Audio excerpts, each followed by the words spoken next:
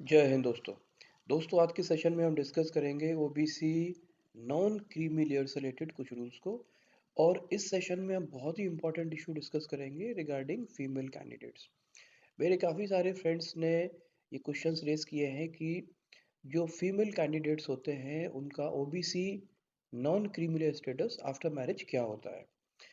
अगर सपोज करिए कोई फीमेल कैंडिडेट है जो जनरल कैटेगरी से बिलोंग करती है और उनकी शादी हो जाती है किसी रिजर्व कैटेगरी कैंडिडेट के साथ, तो उस शादी के बाद उनका स्टेटस क्या रहेगा? क्या वो ओबीसी नॉन क्रीमिनल को अवेल कर पाएंगे या नहीं कर पाएंगे? और वाइस वर्सा भी है कि अगर कोई फीमेल कैंडिडेट रिजर्व कैटेगरी से बिलोंग करती है और उनकी शादी जनरल कैंडिडेट के बंदे से हो जाती है, तो उनका स्टेटस क्या रहेगा? वो शादी के बाद अपने ओबीसी नॉन क्रीमिनल को कंटिन्यू कर पाएंगे या नहीं कर पाएंगे?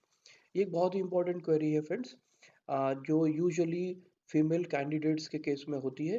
दोस्तों आज का ये सेशन बहुत इंपॉर्टेंट होने वाला है, इसको गौर से देखें। और इसको समझने के लिए हम रेफर करते हैं सुप्रीम कोर्ट के एक केस को, जिसमें इस इशू से रिलेटेड ऑनरेबल सुप्रीम कोर्ट ने एक वर्डिक्ट दिया था। उसको देखते हैं और उसके बाद हम इसको फर्दर डिस्कशन को कंटिन्यू करते हैं।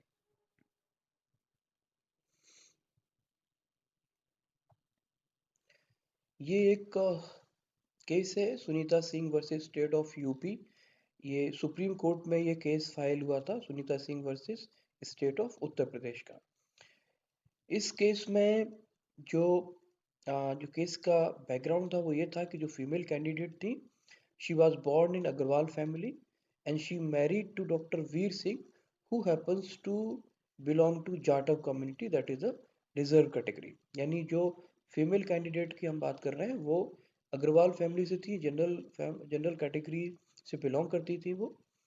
शादी उनकी होती है, उनके हस्बैंड रिजर्व कैटेगरी से बिलोंग करते हैं। तो इस केस में शादी के बाद उनका स्टेटस क्या रहेगा, ये इस केस का बैकग्राउंड था। और इसमें ऑनरेबल सुप्रीम कोर्ट ने जो जजमेंट दिया उसको हम रीड आउट करते हैं, पॉइंट नंबर 5 को। इसको पहले एक बार रीड आउट कर लेते हैं, फिर इसको डिस्कस करते हैं। There can not be any dispute that the caste is determined by birth and the caste cannot be changed by marriage with a person of scheduled caste. Undoubtedly, the appellant was born in a Agrawal family, which falls in general category and not in scheduled caste. Merely because husband is belonging to a scheduled caste category, the appellant should not have been issued with a caste certificate showing her caste as scheduled caste. In that regard, in order of the authorities as well as the judgment of the High Court cannot be faulted.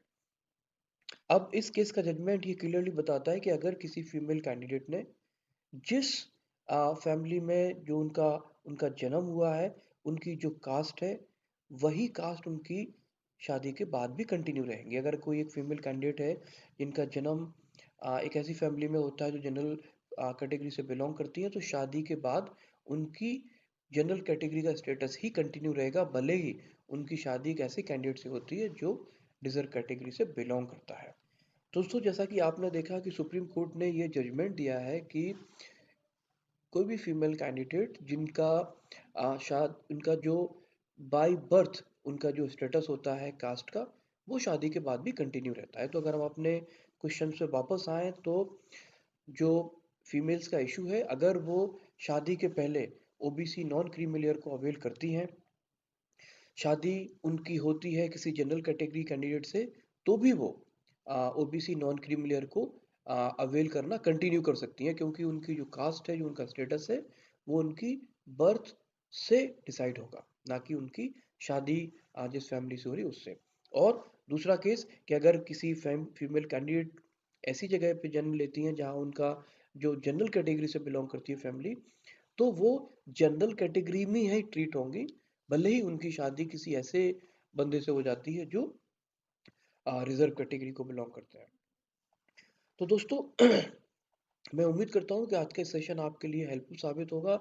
ये एक important query थी जो कई मेरे friends ने मेरे videos पर raise की थी, और ये एक इम्पॉर्टेंट इशू है, क्योंकि ये क्लैरिटी होना बहुत ज़्यादा ज़रूरी है कि जो फीमेल कैंडिडेट्स हैं, एग्ज़ाम्स की प्रिपरेशन कर रही हैं, उनकी शादी हो जाती है अगर इस प्रोसेस में, तो शादी के बाद उनका स्टेटस क्या रहेगा, वो ओबीसी नॉन क्रीमी के रिजर्वेशन को अवेल कर पाएंगे या नहीं कर पाएंगे। तो दोस्तों, मैं उम्मीद करता हूँ कि इस सेशन के माध्यम से इस इशू की क्लैरिटी आपको जरूर हुई होगी।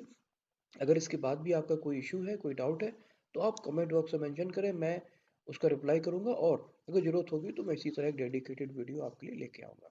Friends, I am wishing you very very best of luck. Stay safe, stay healthy, and do take very good care yourself. जय हिंद दोस्तों।